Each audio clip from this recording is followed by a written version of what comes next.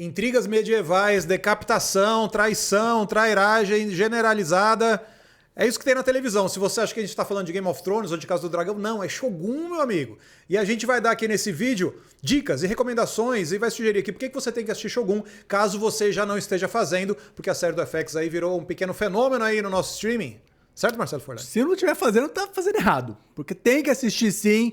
Cara, desde que essa série foi anunciada, eu tava com expectativa alta pra caramba e ela tá conseguindo suprir as minhas expectativas, cara. Sim que é bom.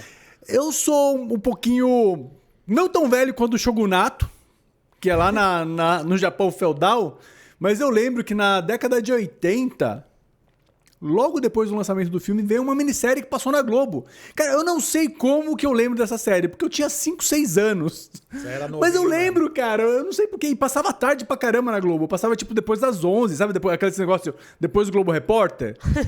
E eu não sei como que eu lembro disso, mas eu lembro. E eu era fascinado e tô fascinado também por essa série. Giovanna, então, nem tem idade pra... Imagina. Pra nada disso. A série, os livros do James Clavell são de 76. A série, ela foi adaptada pela primeira vez em 80. Eu estava nascendo. Forlani já estava quase na escola, em idade escolar. Aí. A Giovanna, os pais da Giovanna já nem nascido. Mas acho que existe uma questão aqui que é o que ronda Shogun pra mim. Por que vocês estão gostando tanto de Shogun?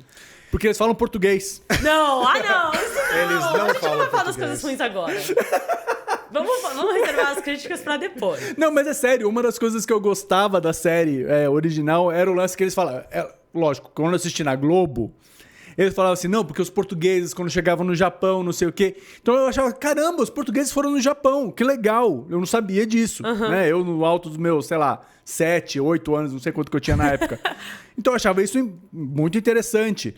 E olha só um parênteses rapidinho aqui, ó. Obrigado, né? Arigatô não vem do obrigado, tá? Não tem nada a ver uma coisa com a outra. Tem gente que tem essa fanfic aí. Não tem nada a ver. Pronto, fechei o parênteses. Nem sabia que existia. Tem gente que fala que, arigatô, tipo, vem de obrigado, né? Que a sonoridade é meio parecida e tal, mas não tem nada a ver, não. Nada a ver. Nossa, essa fanfic aí. Muito bem, eu tô gostando porque é tipo um prazer de assistir, porque eu acho que tem umas coisas ali bem novelescos e bem de televisão, que eu gosto também, A Casa do Dragão e tal, que é o lance das intrigas, aí tem muito uma coisa de tipo de dramaturgia fácil que funciona bem na TV, e das reviravoltas e de umas coisas ali mais populares mesmo, que pra mim assistir assim tipo, se você tá passando e vendo sem aquele compromisso de acompanhar uma narrativa super densa e tal, tipo, me supre uma necessidade desse tipo de coisa na televisão. Então, enquanto A Casa do Dragão não volta, tipo, o Shogun, pra mim, tá sendo massa. Eu adoro história de samurai. Ver o Tadanobu Asano atuando, pra mim, é um grande prazer. Eu adoro os filmes que ele estrela do Takashi Miike. O Miike, dos anos pra cá, ele fez vários remakes de filmes de samurai e tal. Tadanobu Asano, ele estrelou alguns deles. Então, sempre que ele atua e sempre que ele tá fazendo samurai, pra mim, é um prazer de ver. Então, combinando as duas coisas... Tipo, massa. Eu acho que coube aí numa caixinha bem específica das coisas que eu gosto de ver. Mas eu vou falar duas coisas que me pegaram muito. A primeira é o fato de que a série não se sente na necessidade de te explicar nada. E isso me conquistou muito, porque o primeiro episódio, que é o Anjin, do piloto, inclusive isso eu achei muito legal. Porque Anjin em japonês significa piloto. E aí, supostamente, era uma alegoria, estava se referindo ao Blackthorn, que é o piloto. Mas também é porque é um episódio piloto. Vocês acham isso muito legal? Pegou? Mas parece você o João Jedi. Vocês escreveram o nome desse episódio. Mas, enfim, no primeiro episódio, eu tava muito confusa com relação a algumas coisas, porque o que eu mais entendi, assim... nessa época era especificamente a questão entre protestantes e cristãos. E católicos. E os católicos, porque a gente é cristão. É que eu sou evangélica, então a gente sempre pegou muito essa questão de da onde surgiu o protestantismo e por que teve esse envolvimento grande com os católicos. E nessa toada, né, os ingleses, por conta de toda a questão do Henrique VIII, vestiam lá a camisa do protestantismo. E aí, na história, a gente lida também com os portugueses, que são os católicos. E aí, era a única coisa que eu tava imersa. Beleza, isso eu entendo. E aí eu falei, gente, o que esses japoneses estão fazendo? Quem é esse cara? Quais são as certezas? E a série não se sente na obrigação de te explicar o que tá acontecendo. Você vai pegando, conforme ela vai passando, isso te deixa, de certa forma, meio imerso. E as outras coisas que me deixaram muito imersa foram todos os aspectos técnicos, assim. Então, o figurino é muito bacana, a trilha sonora é bem da hora. Então, eu acho que eles conseguiram criar uma atmosfera que a gente se sentisse 100% dentro da série. Tem um valor de produção ali que, lógico, é também um grande apelo para as pessoas assistirem, né? Tipo, você pode questionar algumas coisas de fidelidade histórica, você pode questionar coisas ali da adaptação mesmo, de orientalismo e tal, mas, tipo, o valor de produção, ele chega como um valor de verdade. Então, você acaba assistindo e curtindo às vezes, porque, pô, a batalha é foda, a cena de ação é foda. Tipo, tem um valor ali. E eu acho que isso já serve para você meio que, tipo, pelo menos prestar atenção na série. Você tava falando antes, né, Hessel? Tipo, não, eu gosto muito quando tem histórias de samurais, não sei o quê. Só que a gente não teve grandes batalhas com espada, né? Tipo, e é muito louco, tipo, você tá vendo o tempo todo os caras, não, tá carregando... Estão preparados. Mas não teve, mano, não teve. Não, tipo, é uma série cena, política. Duas? Teve é uma série duas política. cenas. A gente tá vendo... A gente tá vendo, cara, basicamente, esse momento histórico em que o imperador morreu, e daí o filho dele é muito novo, ele deve ter uns 5, 6 anos, eles falam lá, não lembro, alguma coisa assim. E daí tem um conselho que tá regendo o país naquele momento. E até ele atingir a maioridade. Então, cara, o que a gente tá vendo ali é só política, só politicagem. E tá muito da hora. Em relação a isso, eu acho que as intrigas e a coisa da política e tal não é tão pouco didático. Eu acho que até é muito didático. É engraçado e é curioso porque, por exemplo, você pega, por exemplo, Game of Thrones. Tem muitas coisas ali de intrigas e de intenções secretas dos personagens que realmente você só vai entender lá na frente quando a pessoa consumar a vingança, por exemplo. Nesse caso, é muito irônico. Os japoneses falam, e os japoneses, eles são assim, eles escondem suas intenções. Eles não falam pra ninguém. E aí os europeus, eles ficam assim, a gente nunca entende o que eles querem e tal. Velho, nessa série todo mundo explica o que quer, o tempo inteiro. Então o Todonaga, ele chega lá, eu fiz isso aqui porque lá na frente eu vou ganhar isso e tal. Se algum personagem chega pro outro, fala, por que você fez isso? Aí ele fala, eu fiz porque eu tô pensando nisso. Todo mundo deixa muito claro os planos. Jogão então, de xadrez aberto ali. É o xadrez aberto. Em relação a isso, eu acho que as intrigas e tal, elas deixam de ter um apelo pra mim. Não, eu acho que a gente até já sabe o que vai acontecer, né? Mas as coisas são muito historicamente eu não sei o que vai acontecer, mas eu acho que eu já sei o que vai acontecer. Mas as coisas são muito didáticas, eu digo, na pequena intriga. Mais ou menos. Não, eu acho que sim, na intriga sim, mas, por exemplo, no primeiro episódio, vocês tinham entendido que o cara tinha se voluntariado pra se matar e matar o filho? Isso acontece muito rapidinho mesmo. Não, eu não tinha entendido nada. Ele sai, né? Aquele momento que acontece tudo, do cara questionar, e aí ele é o quê na família? Ele tá como guarda. Ele tá como guarda, exato. Isso. No momento que ele ultrapassa e ele vira e fala perdão, e como perdão eu vou cometer sei lá mais o que e finalizar minha linhagem. Isso. Eu não tinha sacado que ele ia cometer suicídio, que ele ia matar o filho. Eu tava, sei lá, só viajando assim. Eu falei, bom, beleza. Tô só aceitando as coisas que estão acontecendo e aí depois eu ia entendendo, entendeu? Uhum. Tipo, é como se as intrigas... Eu até concordo com você que tem certas coisas que são muito expostas. Até reitero o que eu falei, eu tenho quase certeza que vai acontecer, que basicamente vai rolar um vira-casaca e ele vai morrer, com certeza. Mas, no sentido geral, eu não tava entendendo direito as coisas que estavam acontecendo, sabe? Porque elas só aconteciam.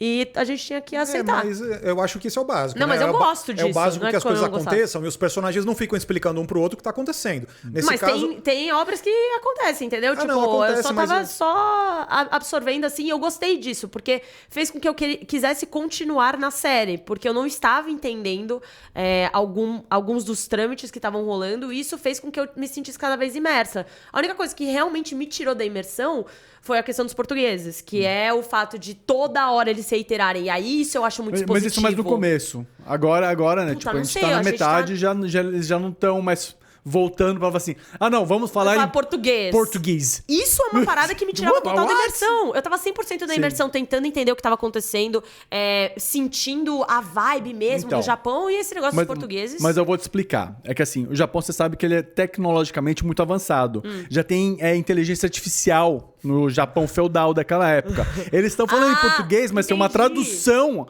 à inteligência artificial que já faz parecer que ele tá falando em inglês, mas na verdade ele tá falando português mesmo. É isso. Na série americana é falado inglês, porque, enfim, é a língua nativa, né? Então tá... Né? Tipo, não dá pra esperar que se fale português. Óbvio que dá pra esperar que você fale português. Eles não... Não, eles não falaram em português. A maioria da série é em inglês, cara. Tipo, é inglês, não, é em japonês. Tipo. É sim, mas é porque a gente tá falando de um choque cultural. Se você chega, como choque cultural, você chega no Japão, os caras não falam japonês, que choque é esse? Entendeu? Não, mas é que nem o Napoleão, que a gente chega na França e os caras estão falando inglês. Mas enfim, a questão.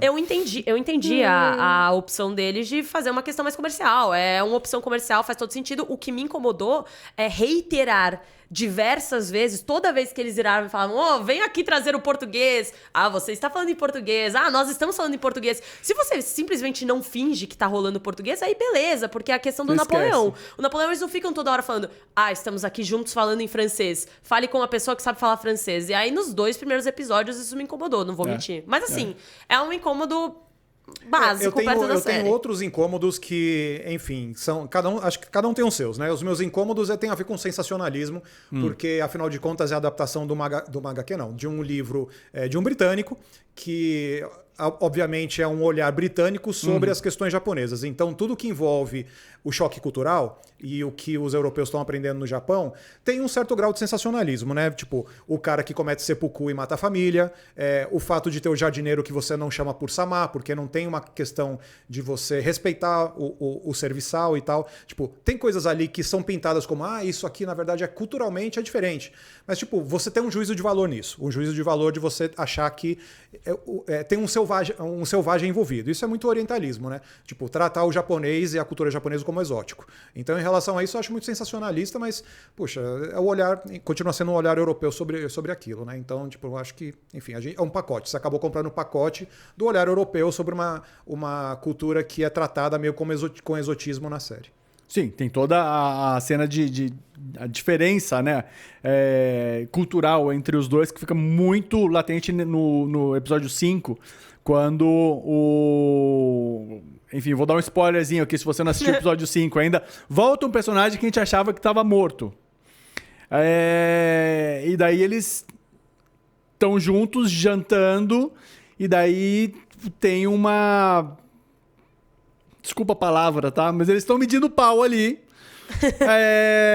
Enquanto estão almoçando, estão jantando e tomando saquê, não sei o quê. Ali é um momento, né, de expor, né? Tipo, claramente, essa diferença cultural que existe entre os japoneses e os ingleses. Pra jogar na cara mesmo. Mas, cara... É isso, tipo, era um mundo completamente novo, né? Porra, eles falam no começo da série, né? Os ingleses nunca tinham pisado, nunca tinham chegado no Japão, eles nem sabiam onde que era, tipo, eles chegaram meio na cagada ali, né? foi Atravessaram bem assim, o Estreito de Magalhães e foram indo até lá. Tipo, chegou um navio de uma frota que eu não lembro de quantos eram no começo. Eram 5 frotas, se não me engano, era quase, sei lá, 500 pessoas e no final do dia eles estavam em 12 lá, inclusive. Chegou um caiaque. É interessante que no começo da série, o capitão lá, ele comete suicídio, né? Ele informa que vai cometer suicídio, o Blackthorn até vira e fala, você é um covarde. E aí depois, quando o general lá, vassalo, ele vai cometer suicídio... Ele vê com outros olhos. Isso eu acho interessante, porque mostra um certo desenvolvimento do personagem, mas ainda assim, eu acho que o personagem do Cosmo Jarvis, eu acho que é o nome dele, do ator, que é o Blackthorn, é o mais fraco, na minha opinião. Ele acaba se mostrando muito inferior a todos os outros. Eu acho que todos os outros eles mostram... Inclusive a Anna Savai, que tá maravilhosa. Ela fez o Monarch, né? A primeira obra que eu tinha visto dela foi o Monarch. E ela tá muito bacana nessa série. Então eu acho que ele acabou ficando meio apagado, assim, sabe? É difícil fazer interpretar mulheres nessas séries, porque assim como nas séries da HBO, você tem realmente uma tendência pro sensacionalismo e uma tendência para você tratar o sexo e o feminino e tal como uma coisa meio... auxiliar dessa coisa do sensacionalismo. O Game of Thrones sofreu muito por isso, todo mundo sempre falando muito que as cenas de sexo, violência contra a mulher e tal, era muito explorador, e eu acho que no caso do Shogun não foge muito nisso. O FX fazendo um épico nos moldes de Game of Thrones, mas no moldes da HBO também, não só na escala épica, mas em como você meio que abraça uma coisa de você tratar o sexo, por exemplo, como uma coisa sensacionalista. Tipo, tem aquela coisa da cortesã cortesã, então a cortesã sempre envolta em mistério, a cortesã ela pode ser assassina também, não sei o quê. Tem um certo fetiche ali, uma certa fantasia que a gente viu N vezes nas séries da HBO. Roma, Game of Thrones, todas essas séries épicas, elas tratam isso de um jeito um pouco sensacionalista. Eu acho que no caso do Shogun não consegue se esquivar dessa questão também. Tem duas cenas, né, muito fortes. A primeira é que forte não, né? Mas sobre isso daí, que é a cena do tio lá, que fica só no voyeurismo ali, né? Vendo o outro. Sim. E depois a cena que chega pra travesseirar. Puta, mano, que verbo bizarro, né? Que eles usaram ali. Travesseirar. Mas, enfim, cara, falando de Game of Thrones, eu achei... enfim, a inspiração deles é óbvia e aparece isso já na abertura, né? Aquela abertura é muito Game of Thrones, verdade, cara. É absurdo. linda a abertura. Linda. Eu fui procurar o compositor pra saber se ele tinha algum outro trabalho, sei lá, muito relevante. E ele não tem. Curiosamente, ele tem Gone Girl, que é o... Garota... Como é que é o nome? Garota Exemplar. Garota Exemplar. E é bem legal. A trilha sonora, essa abertura, eu achei tudo muito bacana, envolvendo esses aspectos técnicos. E sobre Game of Thrones em si, é curioso porque gerou uma discussão que é... Nossa, um absurdo todo mundo falar que é a nova Game of Thrones, porque só vai ter uma temporada. Mas eu acho que não é sobre isso. A gente não tá falando que ela vai ter o impacto que Game of Thrones teve, ou que vai ser a revolução que Game of Thrones foi. São só os elementos, algumas referências, algumas decisões criativas que são extremamente semelhantes ao que Game of Thrones apresentou. E mesmo toda essa temática medieval, beleza, Japão feudal, mas tem algumas coisas lá que são semelhantes e até os sentimentos que a gente tem são muito semelhantes. A politicagem, tudo, essa questão da gente ficar aí imaginando os próximos passos é muito semelhante com o que a gente sentia ao assistir Game of Thrones. Não quer dizer que ela vai ser Game of Thrones. Falando rapidinho sobre a trilha, o Atticus Ross, que ele tá compondo, dessa vez ele não tá trabalhando com o Trent Reznor, né? Que, tipo, o cara do Nine Inch Nails e o Atticus Ross, eles criaram várias trilhas já pro David Fincher, e aí é uma parceria que já tem um certo reconhecimento e tal, mas agora ele meio que trabalhando separado. É interessante ver o que acontece com ele compondo. Tem um outro Ross ali. São dois Ross e uma pessoa e um terceiro. Enfim. Mas eu não conhecia nenhum. Esse Atticus Ross eu só achei o Gone Girl. O Atticus Ross ele fez muita coisa com o Trent Reznor. O David Fincher. Nos filmes do Fincher e também em outras trilhas. Entendi. Mas sem o Reznor, eu acho que é a primeira vez que eu vejo. Pode ser que ele tenha feito outras coisas, mas não lembro de cabeça. Mas com outras parcerias ali, eu acho que é um momento meio de ele brilhar solo, assim. Agora, uma pergunta pra vocês. Tá programada pra ser só uma temporada, né? Que é a adaptação do livro. Então é uma minissérie, certo? Não é uma série, por isso que a gente... Acho que não dá nem pra falar que é só uma temporada. É uma minissérie. Ela é programada pra ter esses 10 episódios. Mas, cara, tem muita coisa pra acontecer ainda. A gente tá na metade da série e, tipo, eles esqueceram já os portugueses. Será que eles não vão voltar mais? Tipo, tem um monte de coisa. Tem importância, né? Eles apareceram muito forte nos 3 primeiros episódios. Tem toda a guerra que tá se iniciando agora. Sei lá, me parece que tem muita coisa pra acontecer. Eu tenho medo de ficar muito corrido esse final. Inclusive, como o olhar no livro é de um britânico, é do James Clavell, ele já adianta, inclusive, a era das navegações dos ingleses ali, né? Porque em 1600 você tem o predomínio dos espanhóis e dos portugueses. Então ele meio que deu uma comprimida e puxou para breve ali, para antes, os holandeses naquele terreno, os ingleses naquele terreno. Então tem algumas coisas ali que aí começa a ser hegemonia de verdade na Índia. Na Índia não, na Ásia e na Índia também, dos ingleses. Ele meio que comprimiu tudo no começo do século XVII. Então, acho que dá para esticar um pouquinho ali, mostrar um pouco mais de como a Holanda se expande para o mundo e tal, e nem tanto a história dos portugueses e dos espanhóis. Até porque o navio que chegou era de holandeses, né? O Blackthorn era o único inglês lá, se não me engano. Mas eu não sei, Fordans. Eu sei que a galera já avisou que vai ser uma temporada só. Sim. Que eles vão fechar nos 10 episódios. Então, com certeza, eles vão encerrar. Mas eu também tô curiosa. O que eu notei é que o primeiro episódio ele é mais longo que os outros.